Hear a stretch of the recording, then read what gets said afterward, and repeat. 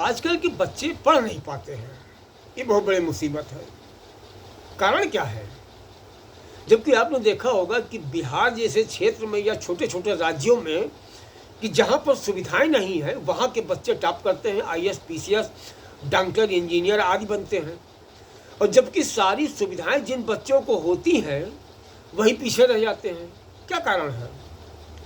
तो उसके पीछे हम कारण बताते हैं आपको। क्योंकि भगवान श्री राम के अगर आदर्शों का पालन आप करो तो आप पाओगे कि भगवान श्री राम और लक्ष्मण जी को विश्वामित्र जी ले गए थे बचपन से ही, और उनको अपने यहाँ कुटिया में सारी शिक्षा उनको दिया था।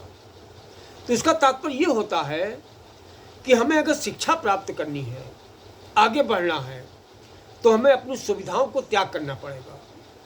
जिन लोगों ने सुविधाओं को अपने त्याग किया है वही लोग आगे बढ़े हैं।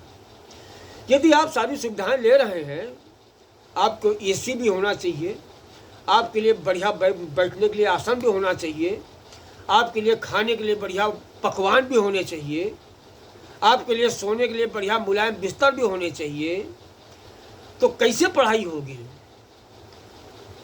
शरीर तो आलस मांगेगा ना फिर ये। इसी में एक छोटी सी कहानी हम सुनाते हैं। एक लड़का सड़क के किनारे खंभे की लाइट के नीचे पढ़ाई कर रहा था। थोड़ी देर के बाद एक बारात निकलती है। बारात जब निकली, लड़का पढ़ाई कर रहा तो उसे नहीं मालूम। बारात निकल जाने के बाद एक आदमी आता है और उससे पूछता है, बेटा इधर से भी बारात निकली का तुमने देखा है? तो बेटे ने कहा, मुझे नहीं मालूम, मैं तो पढ़ाई कर रहा था। अब आप बताओ कि जिसके बगल से बारात निकल जाए क्या वो देखेगा नहीं? बिल्कुल सही, नहीं देखेगा। कौन नहीं देखेगा? जिस प्रकार से अर्जुन से कहा गया मछली पर निशाना लगाओ, उसके बाद श्री कृष्ण ने पूछा कि तुम्हें क्या दिख रहा है? तो अर्जुन ने कहा कि मुझे सिर्फ मछली की आंख दिख रही है। उसी प्रकार से यदि आपका अपने प्रति निशाना सही है कि मुझे क्या करना है, मुझे क्या पढ़ना है, तो निश्चित जान लीजिए आपको सफलता मिलेगी। और आप सोचो कि हमें ये नहीं मिल रहा तो पढ़ाई नहीं हो रही, बत्ती नहीं आई तो पढ़ाई नहीं हो रही, ये नहीं हो रहा तो पढ़ाई नहीं कर पा रहे, ये बहानेबाजी है। और इन बहानेबाजी जो बनाता है वो कभी भी आगे नहीं बढ़ पाता है। यदि पढ़ाई के लिए आपसे कहा जाए, आपके माता पिता और आपके घर वाले अगर आपसे कहते हैं बार बार, बेटा पढ़ाई करो, बेटा पढ़ाई करो, तो ये जान लीजिएगा बांधे बाजारे नहीं लगती है कहीं पर। बाजार जो लगती है अपने आप लोग लगाते हैं, किसी कहने से कोई बाजार नहीं लगाता है। हाँ, तो इसी तरह मैं आपसे बताऊंगा, यदि आप चाहते हो आप भी आगे बढ़ो, सुख सुविधाओं को त्याग करो आगे बढ़ने का, और विद्या को प्राप्त करने का यही सरल उपाय है। वो केवल पढ़ाई नहीं है, विद्या को ग्रहण करना है।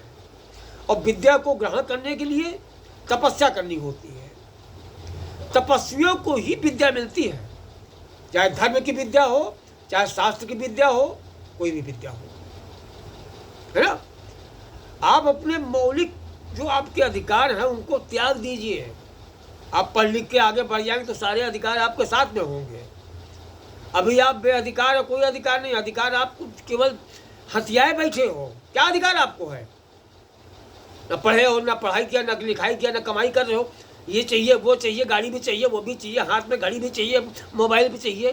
किस बात पे चाहिए आप बताओ? जब तक आपके हाथ में हुनर ना हो, आपके दिमाग कंप्यूटर की तरह तेज ना हो, मत इस्तेमाल करो। जब चीज़ें आपको बिराती हैं, बहुत से लोग अच्छा अच्छा मोबाइल लेके, बढ़िया बाइक लेके फटाटा भरते हैं, देखने से मालूम पड़ता है कि अपने बाप के पैसे को उड़ा रहा है। खुद पे कमाइए, उस पर ऐश करिए, जीवन आपका सफल होगा।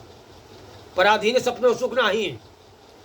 दूसरे के पैसे पर ऐश करने वाला व्यक्ति कभी सफल नहीं हो सकता। जय श्री राम।